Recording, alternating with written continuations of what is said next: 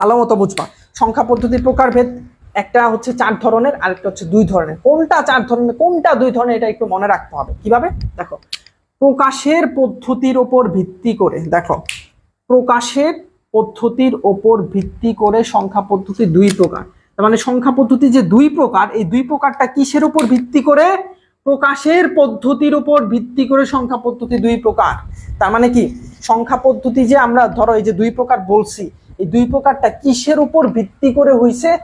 প্রকাশের পদ্ধতির উপর ভিত্তি করে। এটা তোমার এমসিকিউতে আসতে পারে, এটা তোমার এমসিকিউতে আসতে পারে, এবং আসলে 1 নাম্বার তুমি এনশিওর করতে পারবা 1 মার্কস। কি আসতে পারে তোমার প্রশ্নে? আসতে পারে যে প্রকাশের পদ্ধতির উপর ভিত্তি করে সংখ্যা পদ্ধতি কত প্রকার। প্রকাশের পদ্ধতির উপর ভিত্তি করে সংখ্যা পদ্ধতি কত প্রকার? তুমি ডাইরেক্ট বলে ফেলবা 2 প্রকার। বলো কি বলবা? বলবা 2 প্রকার। বলো কি বলবা? 2 প্রকার। কিভাবে?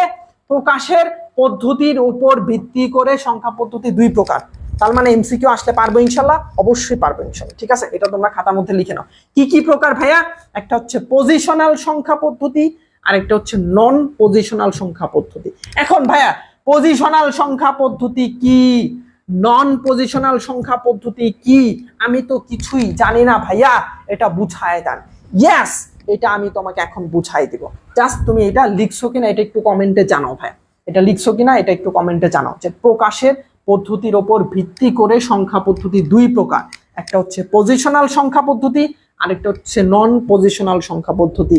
এটা একটু তোমরা লিখে খাতার মধ্যে লিখে কমেন্টে জানিয়ে দাও। ভাইয়া লিখা শেষ,